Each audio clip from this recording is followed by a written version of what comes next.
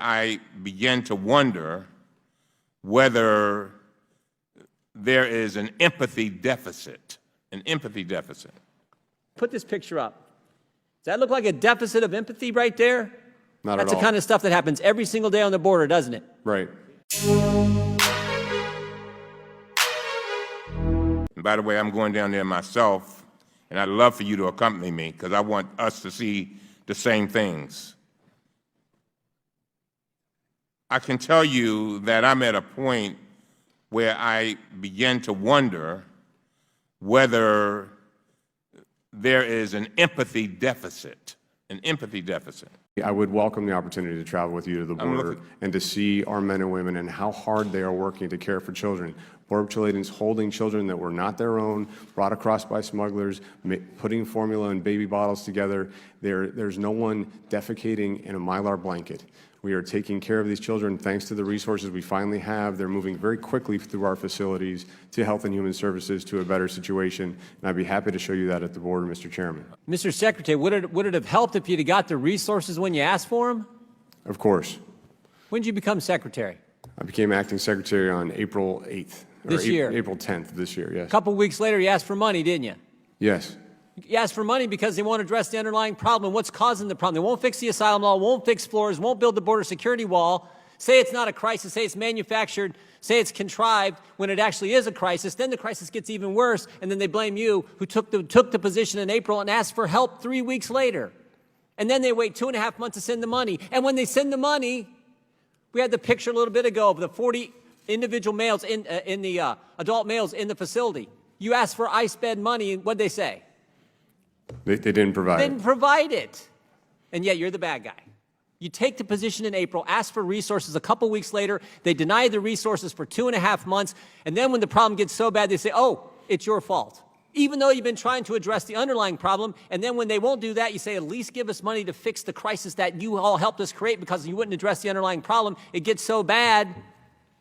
They finally send the money, but they still put limitations on you because they want the political issue.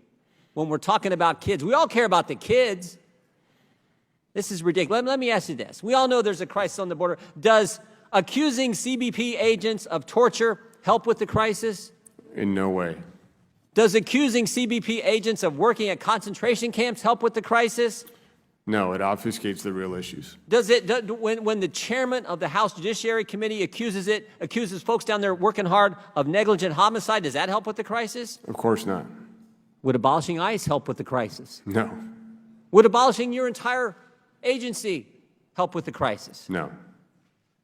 Does waiting 2.5 months to get the $4.6 billion you asked for 2 weeks after you took the job, does that help with the crisis? No, and it left children in these situations way too long. And we've proven that as soon as we got the resources, we were able to put them in a much better situation. Does denying money for ICE beds help with the problem? No, that's contributing to overcrowding that still exists today. I don't know how many times you've said it already. You said it with Mr. Roy and I think Mr. Keller.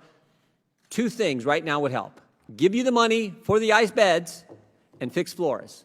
And I think you said to Mr. Keller, you think that would be almost immediate action, immediate help. Within a couple weeks, you would see the message sent so these people won't take this dangerous trip. That would help immediately. Is that right? That is right. Yet the majority doesn't want to do it. Doesn't want to do it. Chairman just called it a deficit. He accused you and your agents and your agency of a deficit of empathy. You want to respond to that, Mr. Secretary? I can tell you that the men and women of DHS and me personally are working. Where's that picture? Hey, I'm going to interrupt you 1 second. Then I want you to take as long as you want. Put this picture up. Does that look like a deficit of empathy right there? Not at all. That's the kind of stuff that happens every single day on the border, doesn't it? Right. I just wonder, why would an agency, if they have a deficit of empathy, create a border search, trauma, and rescue team to try to protect people that are making this dangerous crossing? They make over 4,000 rescues a year on their own time and with a collateral duty apply to be emergency medical technicians so they can help people in dangerous conditions. Where's the deficit of empathy there? These are predominantly Latino Border Patrol agents. They have children of their own, and they're out there trying to protect them on the line and trying to do the best they can to take care of them. Well, you just said something there. You said they're predominantly Latino border agents. That's correct. Majority of your Customs and Border Patrol agents are of Latino descent, Hispanic descent? Border Patrol agents, yes. Yeah, it just doesn't help. It doesn't help. At some point, we have to get past all this and focus on what is driving the problem. And we all know what it is. Florez has to be fixed. The asylum law has to be, the loopholes, that has to be addressed. And frankly, while we're getting that done, why don't we give you a few more dollars so you can take these adult males, have enough beds for them so they're not in the kind of facility that the picture was put up earlier, right? That would be great. And oh, by the way, maybe if we had a border security wall, that would help as well, because not all these people are coming to ports of entry. A lot of folks are coming across too. I mean, all this is part of the problem. Let's fix it.